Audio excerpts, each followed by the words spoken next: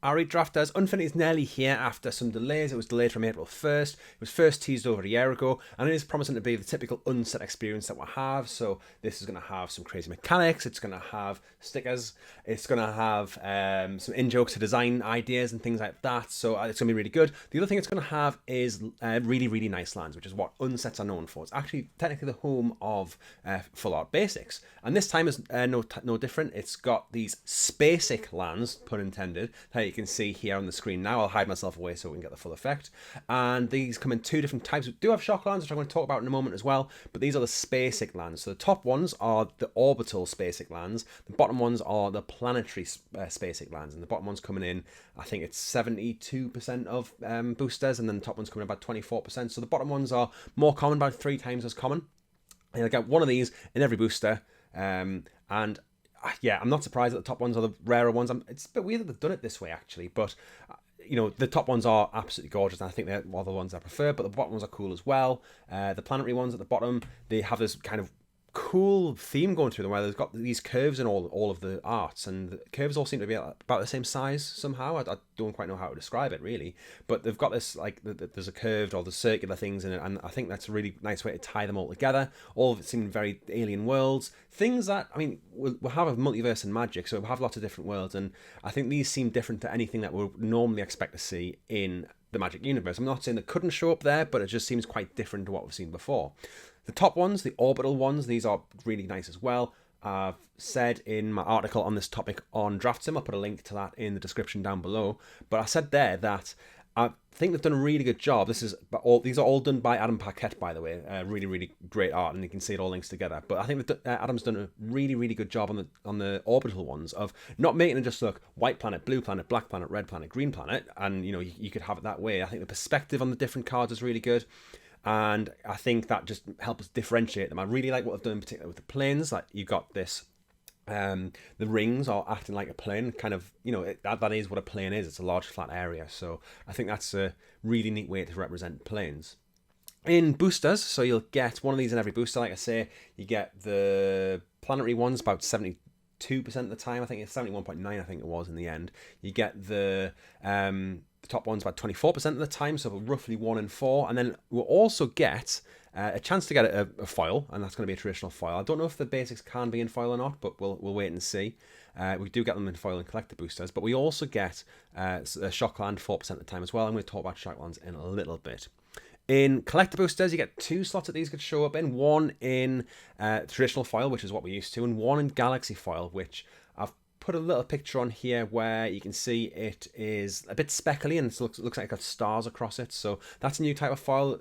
I've heard they look really good. I've seen a couple of videos and people do seem to be quite popular on them, quite positive on them, and it's just a different type of foil that we can get.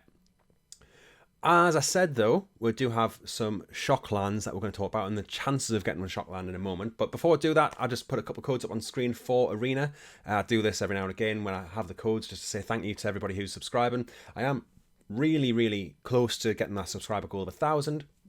Hopefully get there soon, because that's the last thing I need to check off to become a partner with YouTube, and then you know, that comes along with some benefits, not just monetization, but obviously that is something that would be quite nice.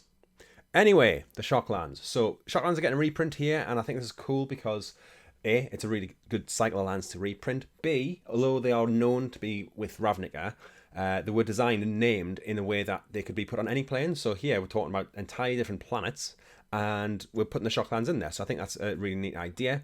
They all again look different. They're not all done by the same artist. It's being done by a selection of artists. I think I really like the Godless Shrine in particular here. It's quite neat and clean, but it's got a bit of detail there if you look on it in quite a bit of detail. But I think they are all really, really gorgeous.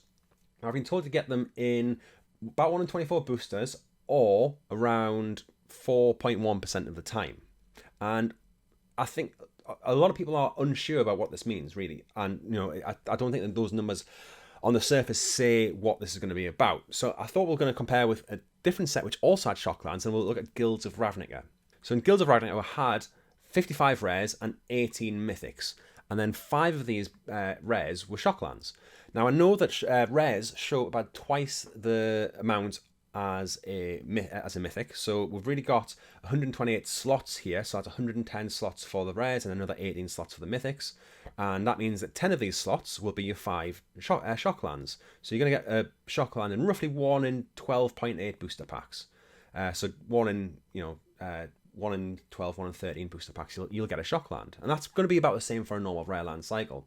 And this means to get a specific shock land, it's going to be about 1 in every 64 boosters. Now with Unfinity, it's about a 4.1% chance to get 1 in about every 24 boosters, and we've got the 10 shock lands there as well. And this means that you get a 1 every 24. That's about the rate that you would get a mythic at in Guilds of Ravnica. So you can kind of think of them printed at mythic as going to come through as 1 in 24. But to get a specific shock land, you're going to get a specific shock land because there's 10 of them here, 10 different ones. You're going to get 1 in 244 boosters. So the chance of getting a shock land isn't too different to what it would be in Guilds of Ravnica. However, you do get these popping up at a rarer rate for individual specific ones. So they are more like mythics, and to get a one specific shock land is going to be harder to find because we're having all 10 in here. We're getting all 10 shock lands instead of just the normal 5 that we would in a normal rare set. So that's something to bear in mind. There is another place where you can get these. So you can get them in box toppers. So you can get them draft boosters in the booster packs. You can get them collector boosters in the booster packs. And I think some people have missed that because a lot of people say you can only get them as box toppers. But in the box topper, you get them as a guaranteed foil. So in the draft slot, in the draft booster, you'll get it as non-foil. I don't know if they're going to be in the foil slot there. The foil slot's 1 in 3 packs will have an extra foil in of any rarity. You're going to have the collector boosters. There's going to be 2 slots in there where you can get them. Again, 4.1% chance for each slot. Probably can get a double one, but that's going to be quite rare. So you can get it in normal foil or galaxy foil in a collector booster, and you can also get in normal foil in a box topper, and every box topper is going to have one of these shocks in as well. So that is another way to guarantee the way you're going to get a shock land. It's going to be another way to put these in the system. Anyway, that's about it. I hope that's cleared things up a little bit with how these lands are working in Unfinity. They are absolutely gorgeous. I don't think there's any of them I dislike at all. I think they're really neat and they've been taken in interesting directions. Feel free to check out the article, which I've linked down below. Tweet us, subscribe to the YouTube channel, do all that normal stuff, and I'll catch you later. Thanks. Bye.